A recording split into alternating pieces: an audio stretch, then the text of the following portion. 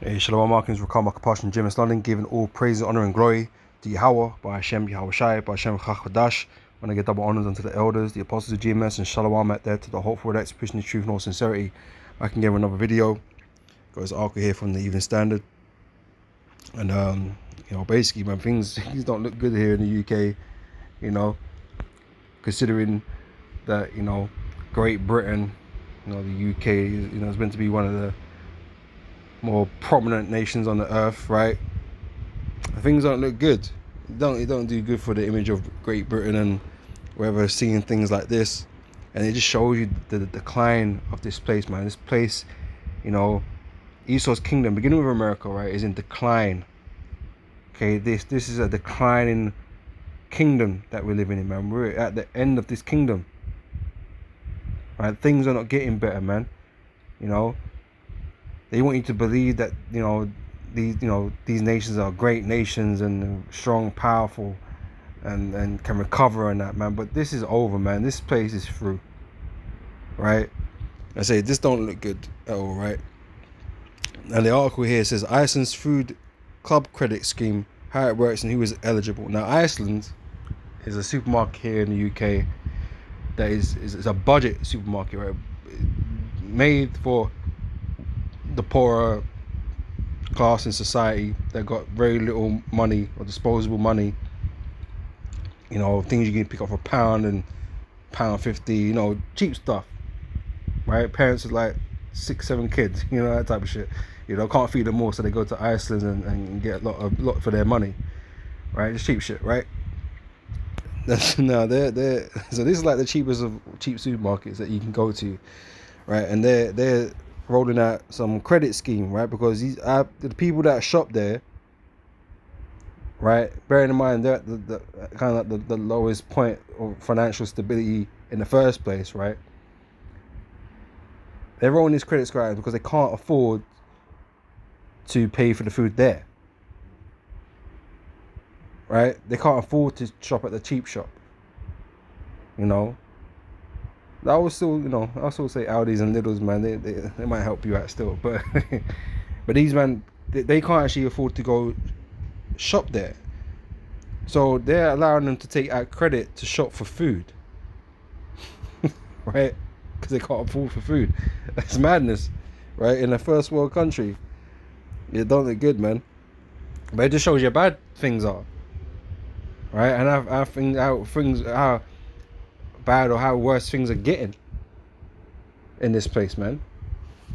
So I'm gonna read some of this. I'm gonna read this article, right? So Supermarket Iceland is launching the food club credit scheme to help its customers afford their school holiday food shop amid the cost of living crisis, right? So I guess they're saying it's for a limited time, but this is probably gonna be something permanent. Let's be real, right? Iceland Foods has partners with social enterprise Fairview to launch a scheme that will allow eligible customers access to micro loans during the school holidays. Food Club trial found that 92% of members said access to ethical credit has stopped or reduced their reliance on food banks, right? Because people are proud, right? They'd rather take credit out rather than go to a food bank. Going to a food bank looks embarrassing because you look broke, right? A credit now makes you look rich. It makes you look like you got more money than you do, right? Because people like to spend their money on, like to get credit and spend loads of money on credit because it makes them look more financially able, than they are. And a lot of these people are in debt already, man. All these people are on credit. I've got credit cards, you know what I mean? But, at least I pay mine off, you know what I mean? But, these people are living credit, they live in debt because of the credit they're taking out, man. Right? So, so they can live beyond their means, man. Or, in this case, survive. Because, you get in those situations, man. And I've been in that situation, man. It didn't have much money coming in, and there's things that I needed, and I'd take it out on credit, man. I just made sure my ass paid it back off, so I didn't fall into deep debt where you can't pay your shit off, man. Because then Esau really tries to fuck with you. But yeah, all these people right here living in debt, man. Right? And a lot of obviously the interest, starts compounding and that. The only good thing about this one is this is supposedly interest free, so they ain't got to worry about additional payments. They just got to make the payments that they're supposed to make, or what they took out. But I guarantee you that if they failed at any point, issues. Anyway, this is so they'd rather take credit out than go to food banks, because it's less embarrassing. Lying up in the queue. I guess it is a inconvenient to sit there, standing in the line, hoping for some food and stuff. I get that, but they'd rather take the credit out than go to a food bank. All right, cool. So according to Iceland, while 71% said they were less likely to fall behind on rent, council tax, and other bills, blah blah blah blah blah. Right. Simon Duke, CEO of Fairview, said nobody should have to go hungry in order to feed their kids or be forced into making impossible decisions between putting food on the table or having hot water. Right? Well, the whole world's gonna have to be making those decisions moving forward, man. Hey, these energy bills ain't no joke, right? And we will see if the quote-unquote government comes and saves us from these higher energy bills by doing all that political shit. But people are going to be finding it extremely difficult, man. And bearing in mind, when I was reading into that about capping the energy prices, man, they're not reducing it. They're just going to prevent it going past what it is now, and it's already too much. It ain't helping. Anyway. So, our mission at Fairview is to provide affordable credit to those who need it, to ensure they're not ripped off by exploitative lenders. See, the craziest and wickedest thing about this country, right? Or not country, but Esau. This world that we live in right now, right? These rulership, right? They make it sound like they're actually helping people, and they'll tell you that you're being exploited by others. But we're not exploiting you. We're not trying to exploit you. We're not going to do that. We're not going to do that. And that they all do it. They're all exploiting you, man. They make it look like it's there for your help, but like scripture say, never trust an enemy. It's something that's real, right? You have to believe that, right? It's not. They're helping themselves first and foremost. Let's remember this. They're not doing it on the back of from their heart. You know what I'm saying? They're not doing it because they care, really. It's a business opportunity, and their interests are always going to come first, man. They're going to be making bumper profits and bonuses and whatever it is, and you're just gonna, although you're not getting exploited as much as maybe another known company or whatever, they're still exploiting you at the end of the day. Right? Anyway, it says we are proud to be working with Iceland to operate the Iceland Food Club, right? So this ain't that the real poor end of the spectrum here, right? It says now that it has launched nationally, it gives plenty more families opportunity to get the groceries they want, improve their diet, not for my Iceland joint, and enjoy family meals together, while also getting a better hand on their finances.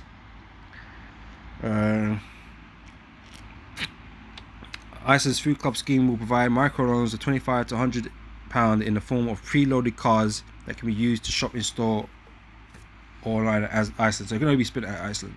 So already they don't want you going elsewhere, right? They're locking you in. Alright? The payments are set at £10 a week. Sounds fair, right? And customers can choose which day of the week they make the repayments.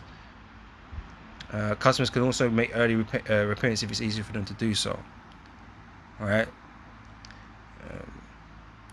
Blah blah blah blah blah. But anyway, what I really wanted to get to, right? Just the fact that this is the type of shit that's going on now in a so-called great nation, right? Is embarrassing. Okay, it would be embarrassing, right? That stuff like this can even happen. Which just shows you this kingdom is in decline, man. This kingdom is on its way out. This isn't Great Britain, you know what I mean? This ain't the good old Great Britain. This ain't America like it was before. Everything is declining, right? Every nation before it ultimately falls, it goes into decline. And this is what we're trying to tell you, man. Trying to say this place, man, is a waste of damn fucking time, man. Because this place has definitely got to go out, man. This place is utterly wicked, right? And it needs to be gotten rid of. All right, this this place has got to go. So I'm just gonna get some scriptures now, man. All right, this is Habakkuk chapter 2 verse 16. It says, "Thou art filled with shameful glory. Thou also, and let thy foreskin be uncovered. The cut of the Lord's right hand shall be turned unto thee, and shameful spewing shall be on thy glory." Right? Amongst all this other stuff that's come out about, the wickedness of this place, right? Even things like this, it's shameful, man. It's shameful for a supposed great nation. Beginning with America, because that's the pinnacle of Esau's kingdom, right? It's a shame. It's embarrassing for you to be in a situation like this, man, and still go on like you're the shit. You act like you're the shit, man. But the only thing that shit is your kingdom, right? Your kingdom's going down. But you still act with great pride, right? It's insane. But here is, you can't even feed your people, man. You can't, what I mean? And we know it's not that you can't feed your people. You don't want to feed your people. That's what it that is. But that just shows you how mad and wicked this place is, man. Esau actually at the self-destructing his whole kingdom, man, so he can bring about his NWO, and he's gonna fuck all the people over, man. That's how mad it is. That's how crazy this world is. How wicked it is. And yet, we all want this. These people out here want this place to continue, man. You're out your damn fucking mind. Esau ain't gonna be happy until he has this in the fucking dirt. Just because the Jordan Guidestones are not officially up anymore, man, don't mean the agenda ain't there. He will quite happily eradicate however billions of people he needs to, man, to get down to the numbers that he wants. The 500 million that he wants to get down to, man. He don't care if there's 1,000 billion of you, man. He will kill every last one of you, right, to get down to the number he wants, right? He is merciless. and he got all different types of ways to do it, right? So yeah, man, shameful spirit, man. Nothing on this place. Nothing but shameful spirit on this place, man. It's embarrassing, man.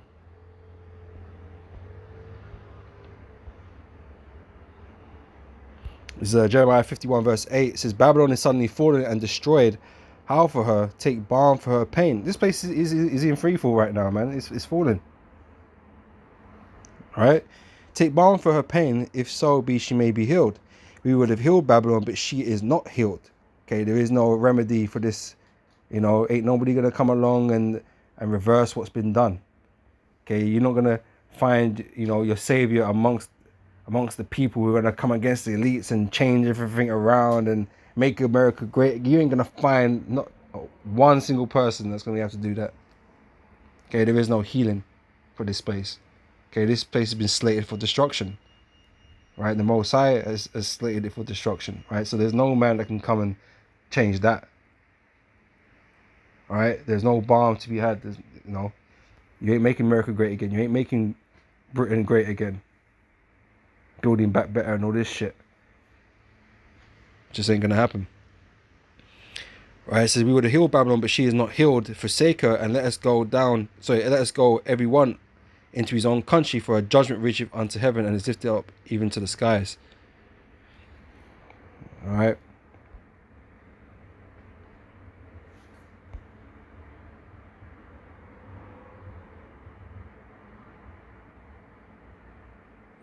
This is Revelation chapter 6 verse 5. So when he opened the third seal, I heard the third beast say, "Come and see." And I beheld, and lo, a black horse, and he that sat on him had a pair of balances in his hand. And I heard a voice in the midst of the four beasts say, "A measure of wheat for a penny, and 3 measures of barley for a penny, and see thou hurt not the wine and oil." All right, things are going to become ridiculously unaffordable, right, in the time to come. Prices are already going up. For some people, it's already unbearable.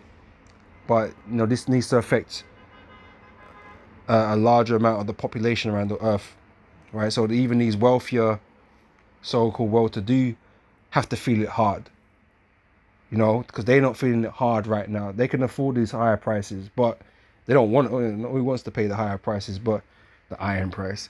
Who wants to pay the higher prices? But these more well-off-to-do people, they can take the bullet, unless they're severely indebted, strapped to mortgages they can just about pay. Well, yeah, that will be the other thing, innit? Because the people that have more money usually got mortgage and stuff like that, and the mortgages are going up because of the inflation, right, and the interest rate hikes, right? So, you know, everything has to hit everybody hard. That's why it's pressure from above, pressure from below. Is you're being attacked on all sides, man. You know, the rich are not really gonna get, you know, escape unless they, you know, already sort of paid out for their house and all that kind of stuff. But all these people got mortgages, man, and remortgages, and you know, they're always moving around debt, right? That debt is gonna become very dangerous, man, with these interest hikes, man. And then you got the energy prices, the food prices, everything's going up. So things are going to become ridiculously unaffordable, and people are going to get liquidated. You know, and they're going to lose everything, man. Right. So this is what the black horse represents. It represents this inflation and all these higher, crazy price rises that are going to occur. Everybody eventually is going to be finding it difficult to afford food. You know, except for obviously the mega rich. You know. But these, you know, lower middle classes and, you know, higher middle classes, they're gonna struggle, man. Okay, their salary is not gonna be, it's not gonna cut it. It's not gonna be enough.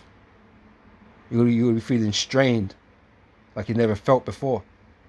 Okay, it was obviously already happening to these people, you know, because they're on the lower end of the financial spectrum. You know, they're already feeling it. But guess what? More people gotta feel it, you know.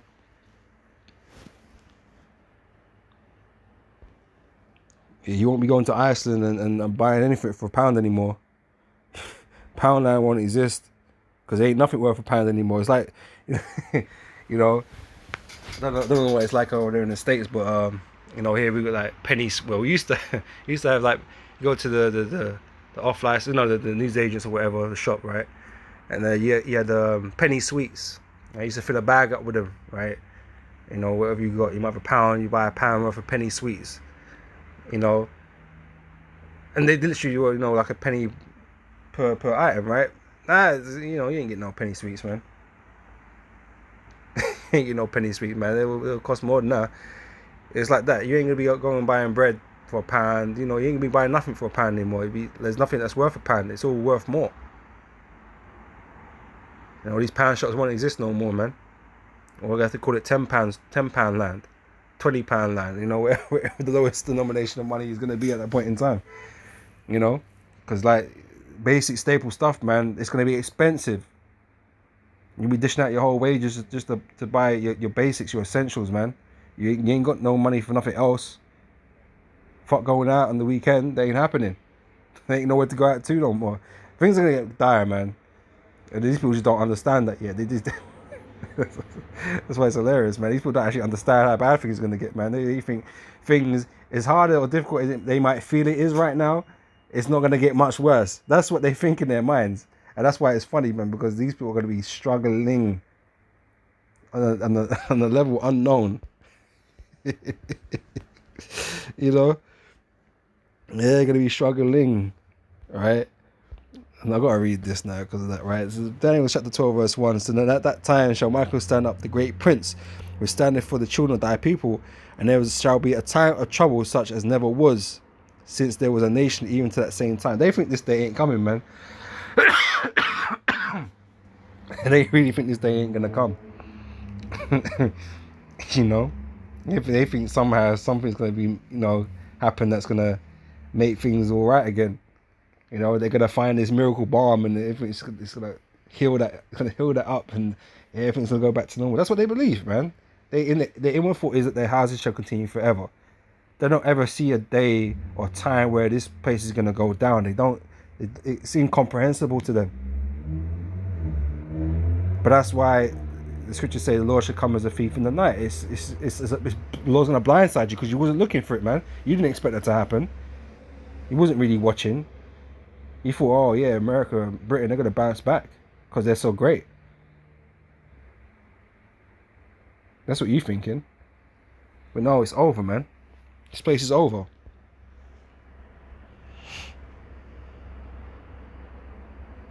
Proverbs 22 verse 7 says, the rich ruleth over the poor, and the borrower is servant to the lender. So no matter how you slice it, man, you're fucked, innit?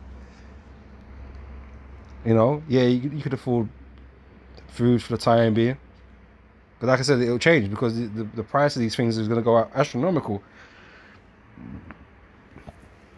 You know, but you're still in debt. You may or may not be able to pay for it, and what it's doing is putting increasing pressure and dependency on the system. You know, a lot of these people want benefits and stuff. You know what I mean? And now if you can't, you know, if you're not willing to sign up to the new system, okay, the MOTB system, right? You ain't getting no loan. Okay, you ain't getting, you're not getting access to the food. You know, you can't even fill out a loan application. You can't even do shit, because in that time you'll need that MOTB to make any type of transaction. All right.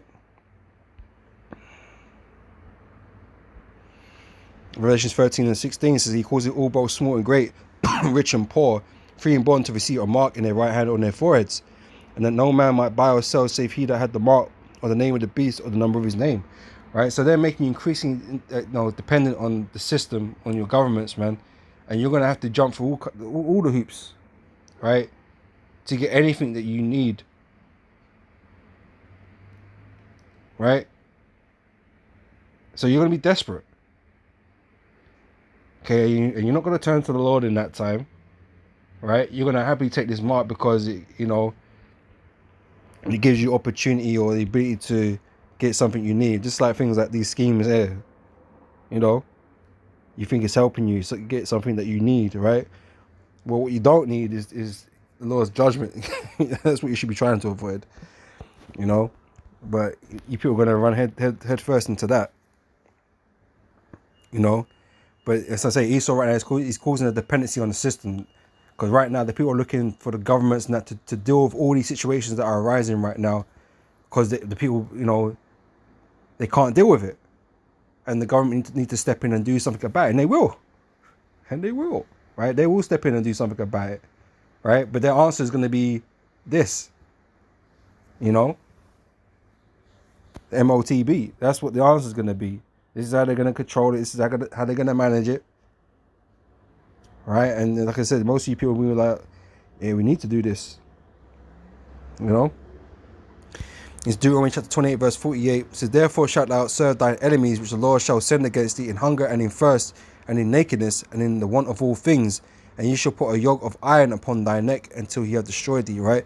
So he requires that you are in need of him for all things. And it's been like that, but it's going to get even stricter. You know?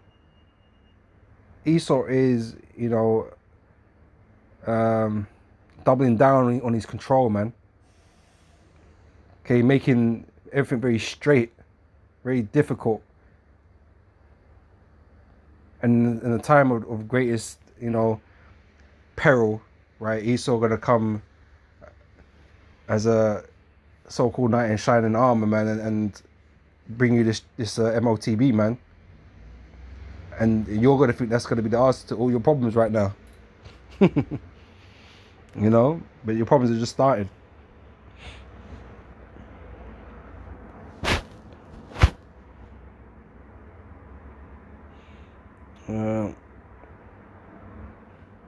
We'll close up with this, right? It says, Isaiah 30 verse 1 says, woe to the rebellious children, saith the Lord, that take counsel but not of me, that cover with a covering but not of my spirit, that they may add sin to sin. They walk to go down into Egypt. Okay, which just represents Esau, you know, beginning of America, right?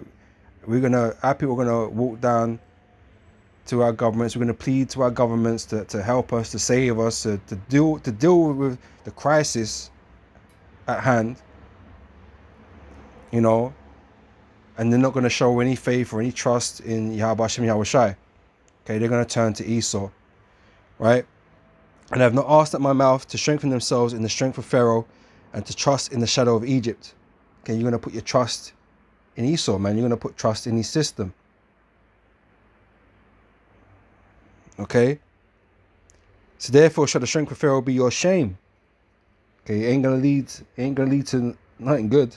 Ain't gonna lead to no glory, right? And the trust in the shadow of Egypt, your confusion. All right, because you're gonna end up getting chipped. All right, and then you're gonna end up receiving the judgment.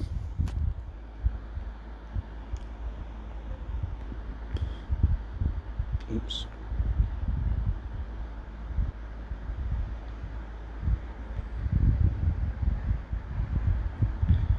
All right, it's Revelation chapter 14.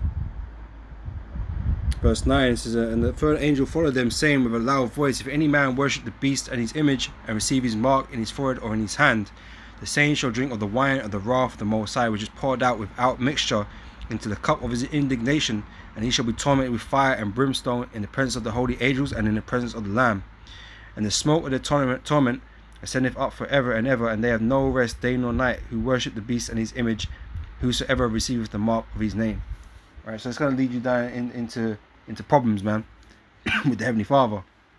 Okay, and you're going to receive of his judgment. Okay, and you ain't going to go out in a nice way. Okay, you're going to be suffering from all kinds of boils and sores and that. You know, you're going to go out in an agonizing way. All right, and then obviously the fire, the judgment at the end. You know, so like I said, it's just increasing dependency on the system. Esau currently, you know, he's trying to consolidate things, you know, put it under you know, more simplified control, more centralized control, and you know, you people are going to be dependent on Esau's handouts, man, and you're going to hand you out a chip to be able to, you know, use the system. All right, but anyway, that's all, man. It's, you know, gone on longer than I wanted it to anyway, but Lord willing, it's edifying, and I'll catch you brothers and sisters on the next video. So until next time, I say shalom.